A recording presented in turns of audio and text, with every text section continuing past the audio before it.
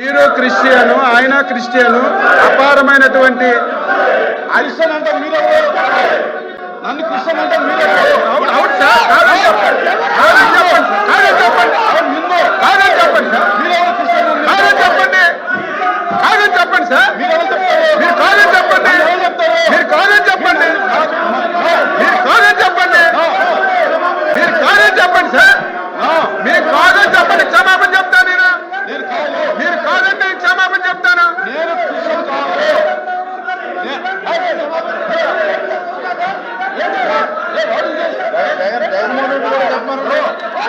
మంత్రి గారు, ఇప్పుడు నేను అభ్యంతరం తెలియజేశాను. నేను క్రిస్టియన్ అనుకున్నాను మిమ్మల్ని, అందుచేత నేను అన్నాను. మీరు సభాపూర్వకంగా నేను హిందూ అని ఒప్పుకున్నారు, మీరే చెప్పారు కాబట్టి నాకు తెలిసింది. కనుక నేను ఎప్పుడు భేషజాలాలకు పోను. కనుక నేను అన్న మాటను వెనక్కి తీసుకుంటూ నేను తప్పు అయిందని ఒప్పుకుంటున్నానని చెప్పి క్లియర్గా చెప్పాను.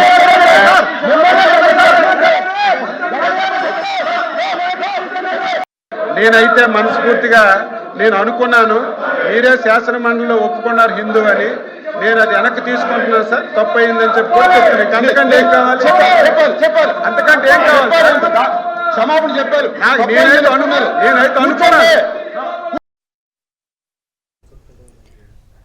ఈ అంశంపై ఓవరాల్ గా అప్డేట్స్ అందించేందుకు మా కరెస్పాండెంట్ రవీందర్ అందుబాటులో ఉన్నారు. రవీందర్, చెప్పండి.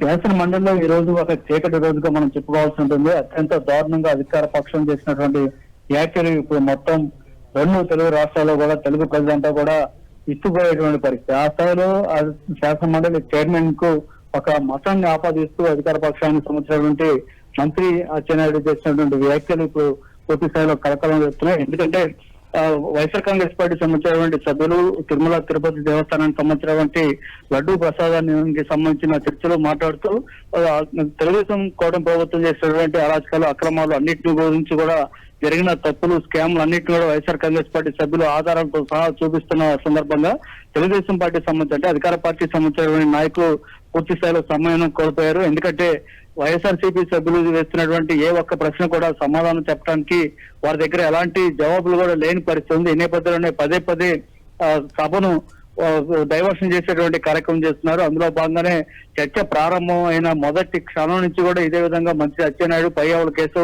నాదెళ్ల మనోహర్ పదే సభను వాయిదా వేసే విధంగా తీవ్రంగా అడ్డుకునేటువంటి ప్రయత్నం చేస్తున్నారు. ఆ దశలోనే ఒక సందర్భంలో అచ్చెన్నాయుడు మాట్లాడుతూ మీరు అంటే చైర్మన్ ఉద్దేశించి మాట్లాడుతూ మీరు మీ నాయకుడు ఇద్దరు కూడా క్రిస్టియన్లు కాబట్టి ఈ లడ్డూ ప్రసాదానికి సంబంధించి ఎంత వ్యవహారం చేస్తున్నారంటూ ఒక వ్యాఖ్య చేశారు. ఈ సందర్భంగా చైర్మన్ మోషన్ రావు చాలా స్పష్టంగా నేను క్రిస్టియన్ కాదు, నేను హిందువును అంటూ కూడా ఆయన చెప్పారు. ఈ సందర్భంగా అచ్చెన్నాయుడు బెత్తరపోయినటువంటి పరిస్థితి. ఈ మొత్తం వ్యవహారాన్ని డైవర్షన్ చేసేందుకు అచ్చెన్నాయుడు ప్లాన్ బి ప్రకారం ఈ విధంగా వ్యవహరించారు. ఏకంగా మోషన్ రాజు చైర్మన్ మీద మతాన్ని ఆపాదించేటువంటి ప్రయత్నం చేశారు. ఈ సందర్భంగా మోషన్ రాజు చాలా సీరియస్ గా అచ్చెన్నాయుడుకు ఒక వివరణ ఇచ్చినటువంటి పరిస్థితి. దీంతో ఏం చెప్పాలో ఏం చేయాలో కూడా అచ్చెన్నాయుడుకి కొద్దిసేపు అంతుపట్టినటువంటి పరిస్థితి. ఆ సందర్భంగా వైఎస్ఆర్ కాంగ్రెస్ పార్టీ సభ్యులు కూడా అచ్చెన్నాయుడును క్షమాపణ చెప్పాలంటూ పెద్ద ఎత్తున నినాదాలు చేశారు. తమ సీట్ల దగ్గర నిలబడి పెద్ద ఎత్తున తమ నిరసన కూడా తెలియజేశారు. ఇటు తమ పార్టీ సంబంధించినటువంటి నాయకుడు జగన్మోహన్ రెడ్డితో పాటు శాసన మండలి చైర్మన్ మోషన్ రాజు ఇద్దరిని ఉద్దేశించి మీరు క్రిస్టియన్లు అంటూ మాట్లాడినటువంటి తీరు వాస్తవానికి ఈ విధంగా శాసన మండలి చైర్మన్ ఉద్దేశించి ఒక కులాన్నో మతాన్నో అంటగట్టేటువంటి ప్రయత్నం గతంలో ఎప్పుడు కూడా జరగలేదు.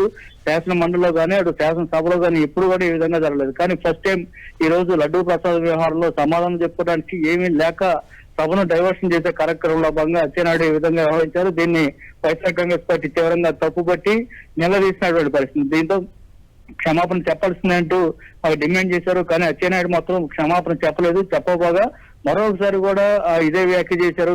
మీరిద్దరు క్రిస్టియన్లు కాబట్టి ఈ విధంగా వ్యవహరిస్తున్నారంటూ చేసిన వ్యాఖ్యల మీద మళ్ళీ మరోసారి చైర్మన్ కూడా సీరియస్ అయినటువంటి పరిస్థితి. ఆ సందర్భంలో ఇక కొంచెం వెనక తగ్గి సరే మీరు క్రిస్టియన్ కాదని చెప్తున్నారు, హిందువునని చెప్తున్నారు కాబట్టి ఓకే నేను అంగీకరిస్తున్నాను అని మాత్రమే చెప్పారు తప్ప అంత ముందు తాను చేసినటువంటి వ్యాఖ్యలకు సంబంధించి క్షమాపణ మాత్రం ఇంతవరకు చెప్పలేదు. ఇప్పుడు వైఎస్ఆర్ కాంగ్రెస్ పార్టీ సభ్యులు దీని మీద చాలా స్పష్టంగా అచ్చెన్నాయుడు క్షమాపణ చెప్పాల్సిందే అనేటువంటి ఒక డిమాండ్ చేస్తున్నారు. ఇప్పటికీ సభ వాయిదా పడింది. 5 నిమిషాల పాటు సభను వాయిదా వేస్తున్నామంటూ మండలి చైర్మన్ ప్రకటించారు. ఇంకా ప్రారంభం కాలేదు కాబట్టి ప్రారంభం అయిన తర్వాత మళ్ళీ వైఎస్ఆర్ కాంగ్రెస్ పార్టీ సభ్యులు అయితే ఖచ్చితంగా అచ్చెన్నాయుడుతో క్షమాపణ చెప్పాల్సిందే అనేటువంటి ఒక డిమాండ్ తో ముందుకు వచ్చేటువంటి అవకాశం అయితే కనిపిస్తుంది. మరి అచ్చెన్నాయుడు ఏం చెప్తారు అనేటువంటి ఒక ఆసక్తి అయితే నెలకొని ఉంది. గ్రేట్.